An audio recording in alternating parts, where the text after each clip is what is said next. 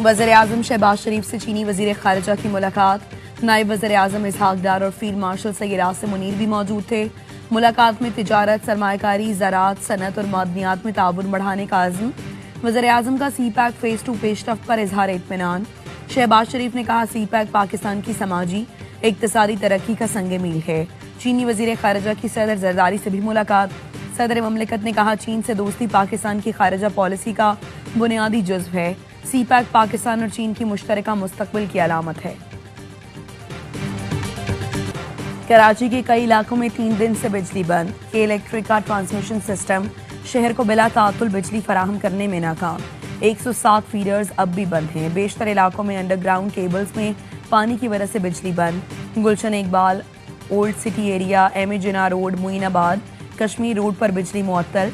Surjani town, Safoora Goth, scheme 33, Yousuf Goth, बदलिया town, Mangho Pir, Gulshan हदीद मुतासर।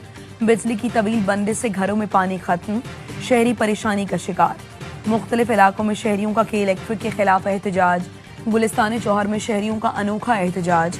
के इलेक्ट्रिक ऑफिस के बाहर ढोल की थाप पर रक्स करके एहतजाज रिकॉर्ड कराया।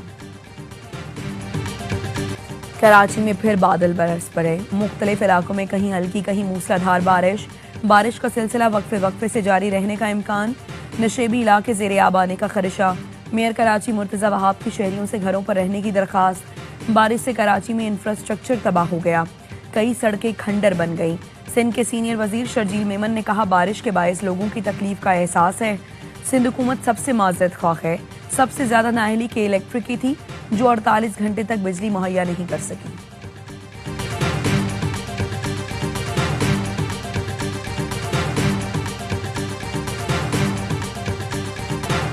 सिंध के मुख्तलिफ शहरों में मूसलाधार बारिश। डिग्री और कोटकोला मोहम्मद में आसमानी बिजली गिरने से 6 अफराद जाँ बहक, 7 जख्मी हो गए। हैदराबाद में तेज बारिश के बाद पानी घरों में दाखिल हो गया। सांघर, टंडो मोहम्मद खान, टंडो अल्लाह यार और गिरदोनवाह में तूफानी बारिश। नशेबी इलाके ज़ेरे आब आ गए। गलियों शाहराहों पर पानी जमा।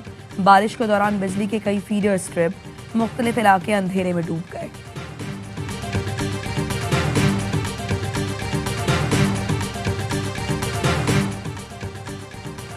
एनडीएमए ने सिंध में 24 से 28 अगस्त तक शदीद बारिशों का अलर्ट जारी कर दिया। कराची और हैदराबाद में शदीद बारिश का इम्कान और मूसलाधार बारिश से अर्बन फ्लडिंग का खदशा है। केपी में भी 23 से 26 अगस्त तक मजीद बारिशों की पेशगोई। बारिशों के नए सिलसिले से सैलाबी सूरत हाल पैदा होने का खदशा। नदी नालों, बरसाती नालों, दरियाओं में तोगियानी और पहाड़ी इलाकों में लैंड स्लाइडिंग का खदशा। पीडीएम में केपी ने मुतालिका जिला इंतजामिया और इदारों को अलर्ट रहने की हिदायत जारी कर दी। सुप्रीम कोर्ट ने 9 मई की 8 मुकदमात में बानी पीटीआई की दरखास्त जमानत मंजूर कर ली। जमानत खारिज करने का लाहौर हाई कोर्ट का फैसला कलअदम करार दे दिया।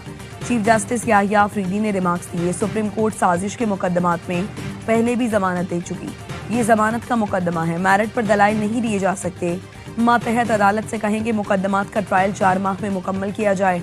बानी पीटीआई के खिलाफ शवाहिद की स्क्रूटनी जरूरी है। शवाहिद का जायजा ट्रायल कोर्ट ही ले सकती है।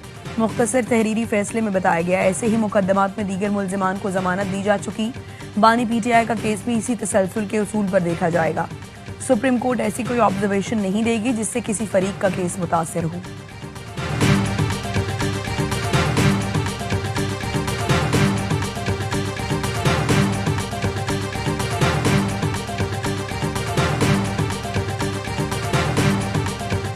कौम के लिए खुशी की बात है। 9 मई का जो पूरा बयानिया था वो खुलकर कौम के सामने आ गया। ये कोई आखिरी दिन नहीं है हमारी जद्दोजहद का। हमारी जद्दोजहद जारी रहेगी। हम इस झूठे बयानिए को तार तार करते रहेंगे। फतह हमारे सामने खड़ी है।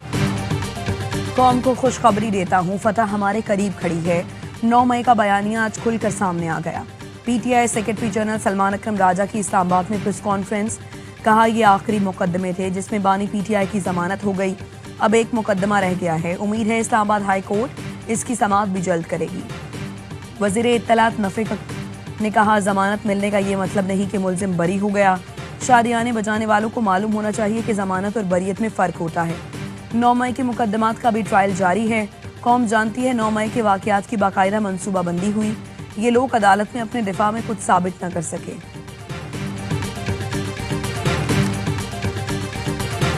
फील्ड मार्शल आसिम मुनीर ने ब्रिसल्स में कोई इंटरव्यू नहीं दिया। तहरीक इंसाफ और बानी पीटीआई का कोई जिक्र नहीं किया। DGISPR ने फील्ड मार्शल के सुहेल वड़ाइच को इंटरव्यू देने की तरदीद कर दी। लेफ्टिनेंट जनरल अहमद शरीफ चौधरी ने कहा, सुहेल वड़ाइच सीनियर सहाफ़ी हैं, उन्होंने ज़ाती फ़ायदे के लिए मनगढ़ंत कहानी गढ़ी।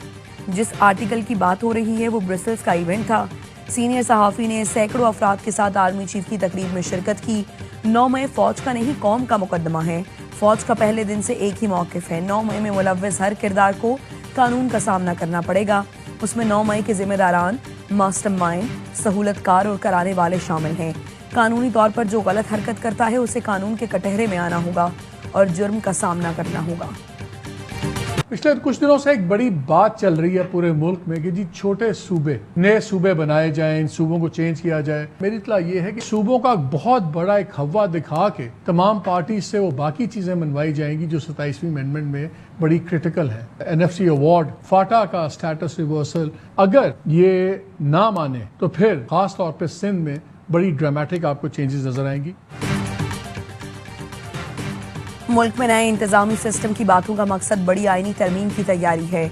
सीनियर रैंक पर्सन मोहम्मद मालिक का प्रोग्राम खबर में इंकशाफ। बताया, मुल्क में छोटे छोटे कई सूबे बनाने का हवा खड़ा किया जा रहा है। ये बात भी चल रही है कि 36 डिवीजन को इंतजामी यूनिट्स में बदल दिया जाए। हकीकत यह है कि सूबों का हवा खड़ा करके सियासी जमातों से 27वीं तरमीम की शिकें मंजूर कराई जाएंगी। 27वीं तरमीम बाज़ इलेक्शन के बाद दिसंबर में लाई जाएगी। तरमीम में NFC अवार्ड में तब्दीली, फाटा की साबिका हैसियत में बहाली शामिल हैं। अगर सियासी जमातों ने बात ना मानी तो बड़ी तब्दीलियां नजर आएंगी। खास तौर पर सिंध में ड्रामाई तब्दीलियां होंगी।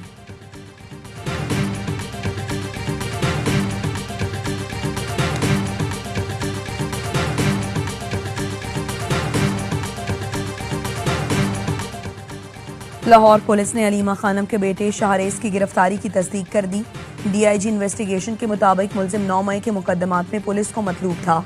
आज अदालत में पेश किया जाएगा। रियासत मुखालिफ सरगर्मियों में मुलव्वस कोई फर्द किसी रियायत का मुस्तहिक नहीं।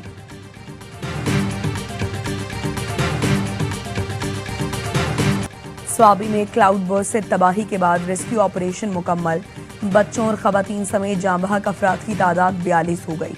मुनेर में कदम कदम पर कुदरती आफत के निशानात और अलमनाक दास्तानें, गांव के गांव तबाह हो गए। स्वात में सैलाब से तबाही के अनगिनत मनाजिर, मट्टी और कीचड़ के ढेर हैं। शांगला में कई राबता पुल सैलाब की नजर हो गए। रेले में बह जाने वाले 7 अफराद की तलाश। सैलाब मुतासरा इलाकों में पाक फौज की जानिब से इमदादी कार्रवाइयां जारी। वज़ीर-ए-आज़म शहबाज शरीफ का मानसून बारिशों और सैलाबी सूरत हाल पर सियासी कायरीन से राबता। बिलावल भुट्टो से कराची में होने वाले नुकसानात पर अफसोस का इजहार किया। सिंध हुकूमत को हर मुमकिन मुआवनत फराहम करने की पेशकश की। वज़ीर-ए-आज़म की चेयरमैन NDMA को सिंध से मुकम्मल राबते और फौरी इक़दामात की हिदायत। शहबाज शरीफ ने हाफिज नईमुर रहमान से KP में नुकसानात पर गुफ्तगू की। अल खिदमत फाउंडेशन की इमदादी सरगर्मियों को सराहा। वज़ीर-ए-आज़म और खालिद मकबूल सिद्दीकी ने सिंध में मुमकिन खतरात पर तबादला ख्याल किया। हंगामी सूरत हाल से निमटने के लिए विफाकी इदारों के भरपूर ताउन की यकीन दहानी कराई। कराची में पटाखों के गोदाम में धमाका, 4 अफराद जाँ बहक, 18 जख्मी हो गए।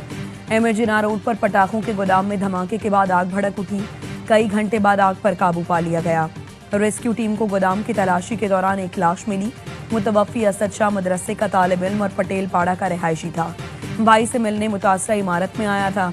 धमाके से जख्मी 2 अफराद अस्पताल में दम तोड़ गए। पुलिस हुकाम का कहना है मुमकिन तौर पर शॉर्ट सर्किट से चिंगारी निकली जिसने शिद्दत इख्तियार की। डिप्टी डायरेक्टर डिपार्टमेंट का कहना है गोदाम का कोई इजाजतनामा नहीं लिया गया। देखते हैं यहाँ कितना बारूद है। वजीर दाखिला सिंध ज़ियाल अंजार का कहना है गुंजान इलाकों में पटाखों की दुकान हो तो लाइसेंस कैंसिल करके सील करना चाहिए। हैदराबाद के इलाके लतीफ़ाबाद नंबर 8 में मुकाबला, 1 डाकू हलाक, 1 डाकू फरार। डाकुओं की फायरिंग से 2 पुलिस एहलकार जख्मी भी हुए। हलाक डाकू की शनाख्त अव्वल शेर खान के नाम से हुई। जख्मी एहलकारों को सिविल अस्पताल मुंतकिल कर दिया गया। मिलिट्री डिप्लोमेसी की शानदार मिसाल, अक़वाम आलम फील्ड मार्शल सैयद आसिम मुनीर की कायदाना सलाहियतों के मोतरफ अमरीकी अखबार वाशिंगटन टाइम्स ने मर्द आहन करार दे दिया। लिखा, पाकिस्तानी आर्मी चीफ जनूबी एशिया में सदर ट्रंप के नए स्ट्रेटेजिक पार्टनर बन सकते हैं। फील्ड मार्शल आसिम मुनीर इंतहाई मजबूत आसाब के मालिक और सख्त फैसले करने की भरपूर सलाहियत रखते हैं। उन्हें अमेरिका में जनूबी एशिया की सलामती के लिए बासर तरीन शख्सियत के तौर पर देखा जाता है। फील्ड मार्शल आसिम मुनीर खुद नुमाई और सियासत में दिलचस्पी नहीं। पाक भारत कशीदगी के दौरान फील्ड मार्शल आसिम मुनीर की अवामी मकबूलियत में नुमाया इजाफा हुआ। उनकी सदर ट्रंप से मुलाकात अहम रही। आसिम मुनीर की कामयाब डिप्लोमेसी से पाक अमरीका ताल्लुकात और इंसदाद दहशतगर्दी के हवाले से ताउन मजीद मजबूत हुआ। Chairman joint chiefs of staff committee general Sahir Shamshad Mirza का सरकारी दौरा उज़्बेकिस्तान। उज़्बेक सदर वज़ीर दिफा और अस्करी क़यादत से मुलाकात। दिफा और सिक्योरिटी के शोबों में ताउन बढ़ाने पर इत्तफाक। सड़क और रेल राबतों समेत बाहमी ताउन के दीगर पहलुओं पर बातचीत। ISPR ने बताया उज़्बेक क़यादत ने पाक अफवाज की पेशा वराना महारत को सराहा। दहशतगर्दी के खिलाफ जंग में पाक फौज की कुर्बानियों को खराज तहसीन पेश किया गया।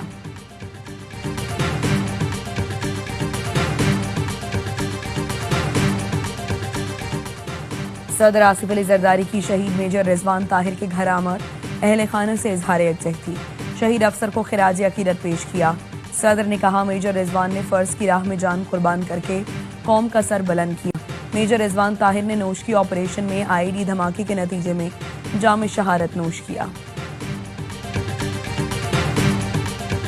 वज़ीर आला पंजाब मरियम नवाज की टोक्यो की पहली खातून नायब गवर्नर से मुलाकात। पाकिस्तान और जापान की खवातीन लीडरशिप के दरमियान रवाबित के फरोग पर इत्तफाक किया गया।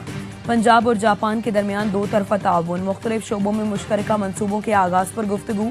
वज़ीर आला पंजाब ने कहा इंफ्रास्ट्रक्चर, शहरी तरक्की और साफ पानी के शोबों में जापान के तजुर्बात से इस्तिफादा चाहते हैं।